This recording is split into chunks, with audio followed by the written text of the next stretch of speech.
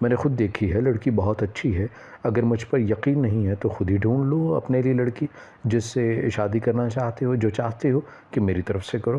وہ غصے میں کہنے لگی، اماں میں نے ویسے ہی پوچھا، آپ تو ڈانٹ رہی ہیں، چلو جیسی آپ کی مرضی، میں کچھ نہیں کہتا، جو مرضی کرے۔ آپ میری اس سے شادی کروانا چاہتی ہیں، چلو میں اس سے شادی کے لیے تیار ہوں، پر ایک شرط ہے میری، اگر کل کو کچھ ہوا تو میں اس کا ذمہ دار نہیں ہوگا، کیونکہ یہ رشتہ آپ اپنی مرضی سے کر رہی ہیں، گھر میں کوئی لڑائی نہیں چلے گی، جیسا آپ اور بھابھی جھگڑا کرتی ہیں میری بیوی سے کوئی جھگڑا نہیں کرے گا۔ وہ سخت لہجے میں بولا، تم تو ابھی سے جوروں کے غلام بنے پھر رہے ہو۔ وہ غصے میں کہنے لگی، اماں بات غلامی کی نہیں ہے، بس میں اتنا کہہ رہا ہوں کہ کوئی جھگڑا نہیں کرنا کسی نے بس، اور میں کچھ نہیں کہہ رہا، اگر جھگڑا ہوا تو میں پہلے ہی سے بتا رہا ہوں کہ میں نے گھر چھوڑ دینا ہے، پھر آپ سب سکون سے رہ لینا۔ وہ غصے میں کہتا ہوا چھت پر آ گیا۔ چھت پر ٹہلتے ہوئے وہ ارد گرد دیکھنے لگا، ہوا چل رہی تھی، وہ سگریٹ والی ڈبی نکالنے لگا۔ اچانک اس سے پرانا خیال آیا، اس نے ڈبی چھت پر پھینک دی۔ اکثر جب وہ پریشان ہوتا تو سگریٹ پیتا تھا، آج وہ نہیں پینا چاہتا تھا۔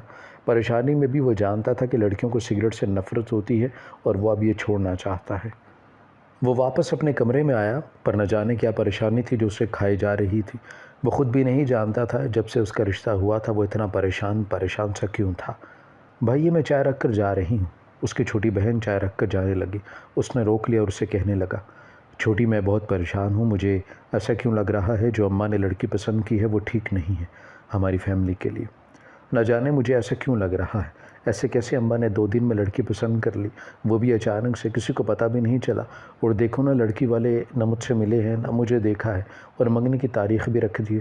اب بولو میں پریشان نہ ہوں تو اور کیا کروں، میری پوری زندگی کا سوال ہے، میں کیسے ایسے شادی کر سکتا ہوں۔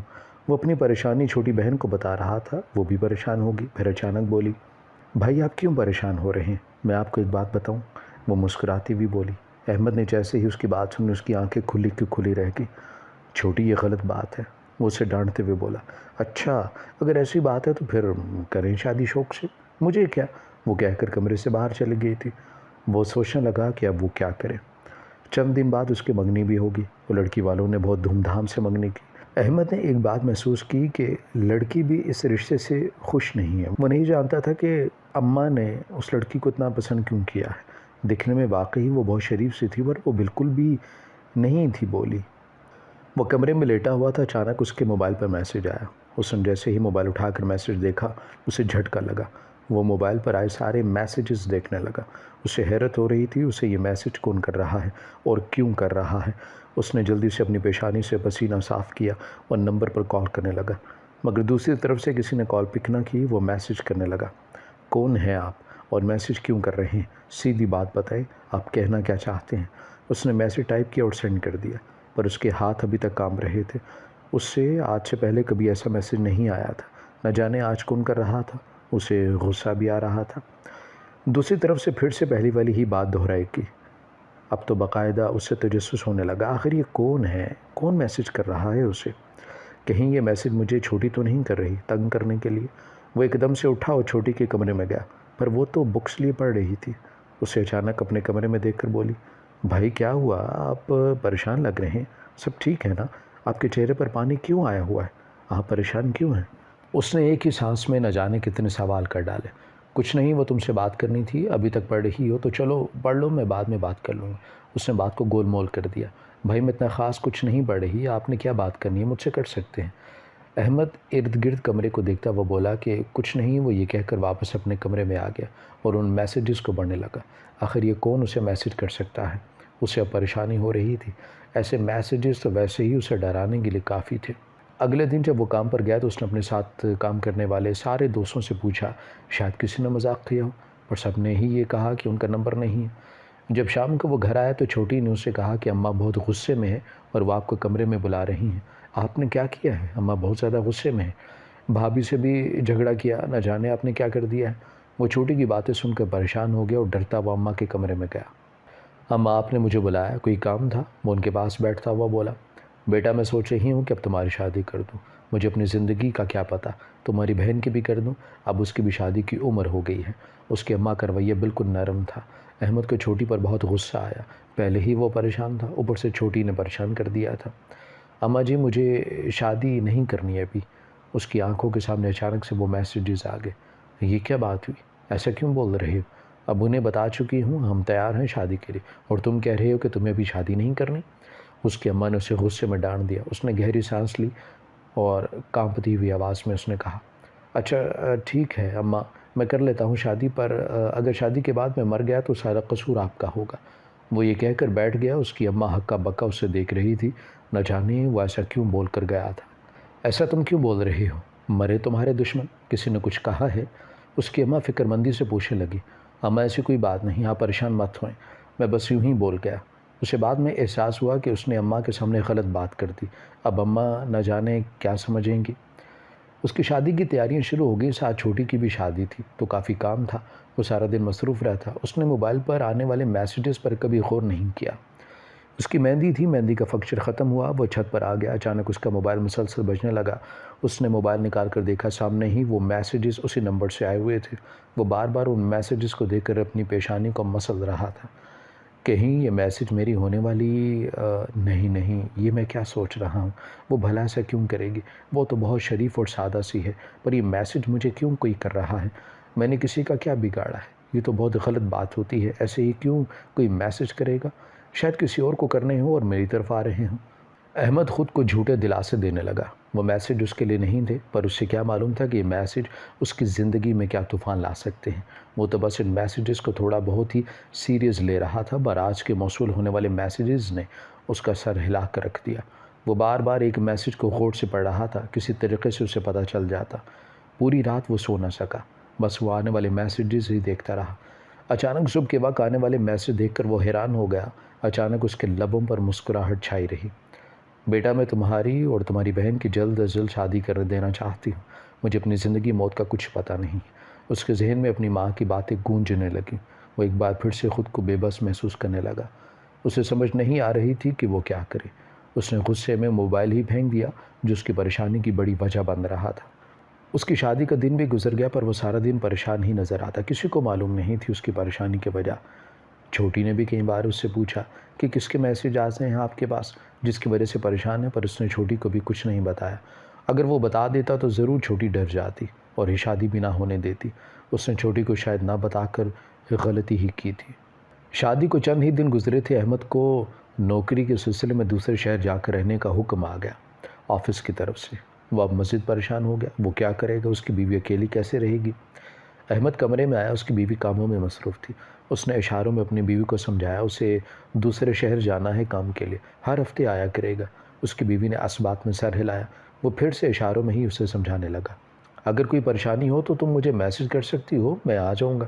اس نے پھر سے اس بات میں سر ہلا دیا، پر احمد اس کے چہرے پر چھائی مسکراہٹ دیکھ رہا تھا جو وہ اسے چھپانے کی کوشش کر رہی تھی۔ احمد کو دال میں کچھ کالا لگا، ورنہ وہ آج سے پہلے کبھی ایسے نہیں مسکرائی تھی۔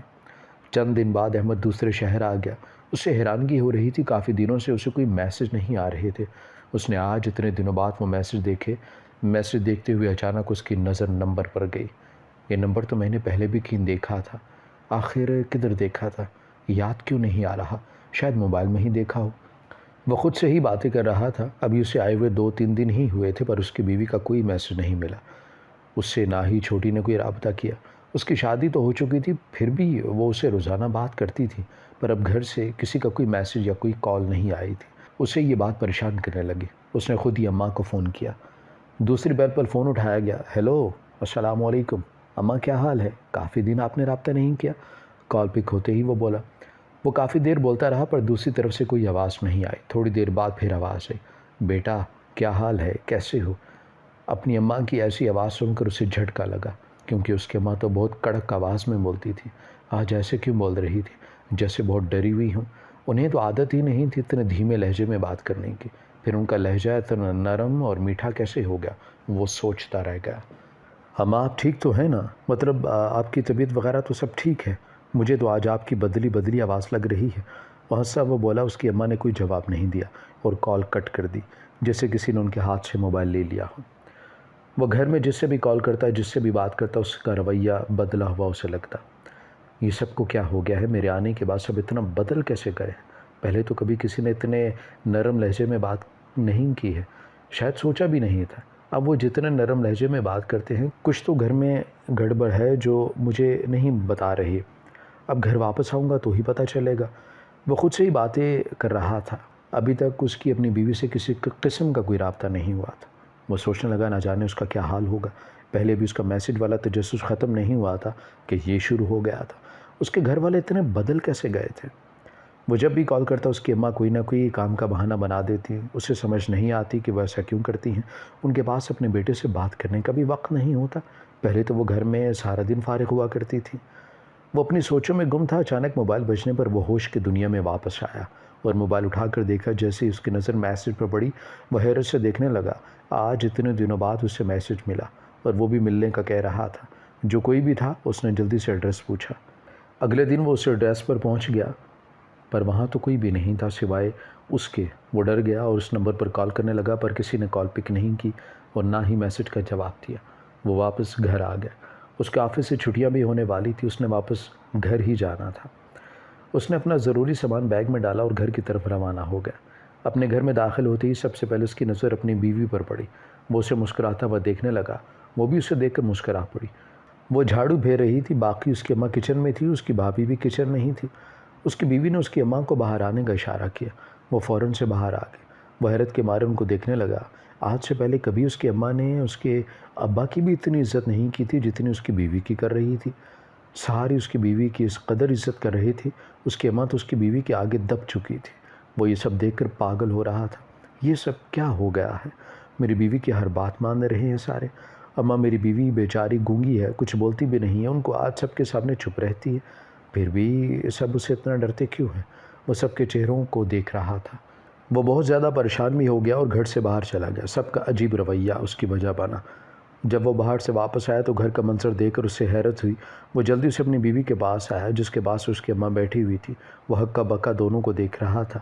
اماں یہ سب کیا ہے؟ آپ نے مجھ سے جھوٹ بولا، پر ایسا کیوں کیا آپ نے؟ اماں بھلا ایسے بھی کوئی کرتا ہے؟ تم نے بھی مجھے سچ نہیں بتایا۔ کیا چیز ہو تم؟ احمد اپنی بیوی کا ہاتھ پکڑ کر کمرے میں لے آیا اور اسے پوچھنے لگا کہ یہ جو کچھ ڈرامہ تم نے لگایا ہے، مجھے اب ان سب کے بارے میں بتاؤ۔ تم جانتے ہو میں تمہاری بھابھی کی دوست تھی، بہت اچھی دوست، بالکل بہنوں کی طرح۔ پھر اس کی شادی ہو گئی۔ جب اس کی شادی ہوئی تو شادی کے کچھ عرصے بعد ہی مجھے پتہ چلا میری بہنوں جیسی دوست سے اس کی ساس ہر وقت جھگڑتی رہتی ہے۔ میں نے اپنی دوست کو کہا کہ کسی طریقے سے وہ مجھے اس گھر میں لائے، سب کچھ سیدھا کروں گی۔ تمہاری بھابھی نے اپنی ساس کے ساتھ ضد لگا لی۔ وہ اس کی پسند کی لڑکی لائی۔ تمہارے لیے جانتے ہو وہ میسج میں تمہیں کرتی تھی جس میں یہ کہا جاتا تھا کہ تم شادی سے انکار کر دو ورنہ مار دوں گی۔ وہ سب تو شادی سے پہلے ٹائم پاس کرتی تھی، پر ایک بات یاد رکھنا، اب تمہاری اماں بالکل ٹھیک ہو گئی۔ میں گونگی اس وجہ سے بنی رہی تاکہ تمہاری اماں کو سیدھی راہ پر لا سکوں۔ وہ اپنی بیوی کی باتیں سن کر مسکرانے لگا۔ اسے یقین نہیں آ رہا تھا کہ جو کام کوئی نہیں کر پایا وہ اس کی بیوی نے کر دیا۔ وہ اس سے بہت خوش ہو گیا۔